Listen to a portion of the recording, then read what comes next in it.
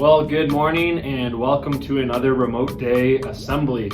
My name is Mr. Dykeshorn and I just want to welcome you to school on Friday.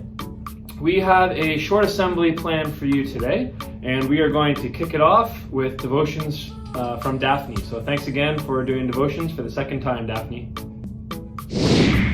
Change is a tough concept. It's something that is out of our control, which is probably the scariest part about it. Everything in life is a variable. Things are changing every day. Seasons slowly transition from one to the next. The leaves on the trees gradually begin to fall and take their place on a ground that is only going to become snow. And every good or bad moment that we experience becomes a part of our past. Things are never going to be still because life moves on. It's a journey, so we can't move if we're always standing in the same place. It's hard because even when we think we have everything, we have to leave it all behind. Or maybe it's the opposite, and change brings a smile to our face after living the same way for much too long. Think of this pandemic. Things are always changing, and it's scary to think about because every day we're walking into the unknown. In the Bible, God tells Abraham that he has to leave his country and start a new life away from his relatives and his father's home. He's wealthy, content, adequate with his life, and yet things change. I want to focus on this small part at the end of the passage. To the land that I will show you. The text brings the same sort of meaning as Jeremiah 29 verse 11. For I know the plans I have for you, declares the Lord. Plans to prosper you and not to harm you. Plans to give you a hope and a future. I don't think that God intends change to be such a bad thing. Change is just a part of human development. It leads us to a hope, to a future. It allows us to explore the different aspects of life, to see it both at its best and at its worst. Change leads us to God, and it allows us to resemble that of Jesus Christ. We can go our whole lives attempting to dodge the variables, but the only constant that we are ever going to experience is God's love. And why? God can't change because He's already perfect. Within change, we either become better or we become worse. And God is already at this ultimate level of perfection, so He doesn't need to change. But us as human beings, we are always going to be an imperfect people. It's been like that since the very beginning. Our lives are never going to be consistent because every day it's almost inevitable that we're going to move in a different direction. I think that change is the key to God. It's the key to growth, it's the key to development, and it's the key to opening up a part of our heart to someone who will never leave us or forsake us. Our lives may resemble that of a shifting shadow, but the love that God has for us is always going to remain. It existed yesterday, and it exists today, and it's going to exist tomorrow. Well, thanks for those great words on change, Daphne. And I think that, like you said, it's a really applicable devotion for this time, whether that's a new year and we're thinking about different goals or resolutions that we might have, and also just another change back to remote learning for hopefully a short time, and just kind of still those changes that the pandemic has caused all of us to face. Well, I hope you had a great Christmas vacation. Mine was a lot of fun. It was a little bit different, but I got to spend a lot of time with my kids. And one of the benefits of spending a lot of time with my kids is that they had a chance to ask me all sorts of questions. So over the break I got a haircut, and my 8-year-old came and he must have loved it because he said, "Dad, did you get a haircut?" And I said, "No, son, I got them all cut."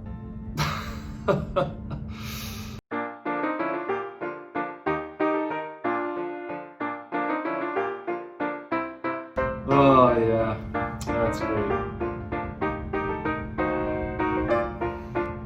Yeah, so anyways, great memories like that.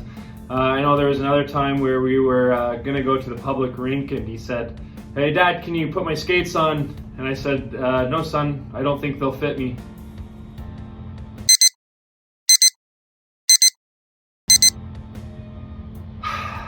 Alright, without further ado, I want to introduce you to a new segment. Alright, so our next segment in today's assembly is going to be looking at some of the hidden talents of staff and students here at TD Christian. We are going to look at a few talents to kick things off. If you watch these and get inspired, I would love for you to FB message me so that I can work with you so that we can look at your hidden talents next week in the assembly. So to kick things off, here are some hidden talents from TD Christian. All right, we're here in the Learning Commons with Mr. Coy. Mr. Coy, what's your secret talent? Well, I can do this.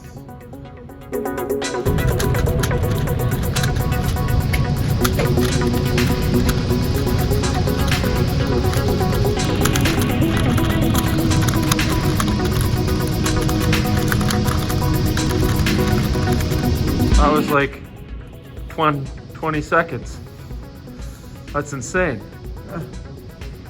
It's actually pretty slow for me. I'm gonna move a little quicker. Mark, what's your talent?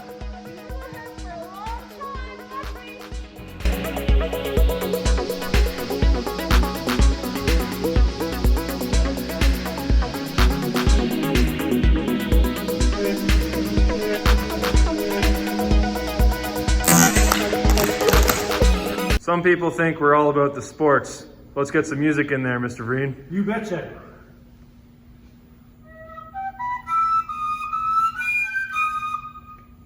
All right, can I start over? Yeah, All right, it's probably better that you did. I'm gonna take, here we go.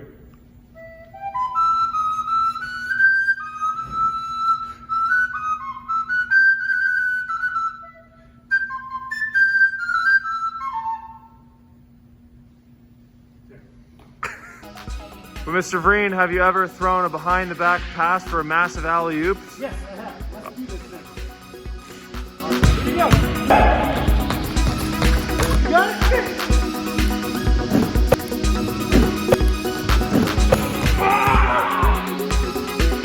Well, as you can see, there is a lot of hidden talent here at TD Christian, and I am sure there is much more talent outside of the teachers that you saw here. So make sure that you SB message me your secret talent, and we would love to highlight it in the assembly next week. Well, the next thing I'm going to do is throw it over to Mrs. Dendrink, and she has a very important new member of the TD community to introduce you to. So, Mrs. Dendrink, take it away. Hello everyone. I'm excited to announce that the Guidance Department has hired another school therapist. His name is Mr. Andrew Peterkin. He is going to introduce himself in the next video. If you would like to make an appointment with him, please connect with me, Mrs. Dendrink, and I will help set it up for you. Have a great day. Hey yo, good morning TD. My name is Andrew Peterkin. I recently got hired at your school as a school therapist, so I'm really excited about this opportunity. I'm excited to get to know you guys, have you guys get to know me.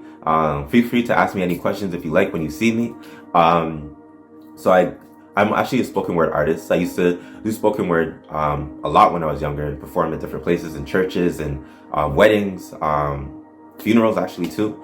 I was called into doing my master's program like a few years ago, I believe around 2015.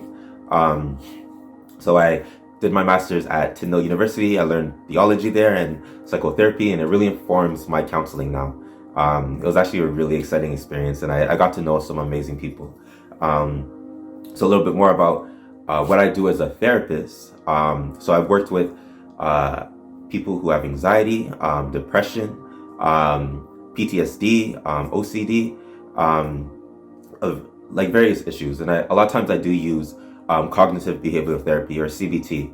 But like I also use ACT, acceptance and commitment therapy, or DBT and mindfulness. DBT is dialectical behavioral therapy. It was actually really interesting. So I'm learning more about that right now as well.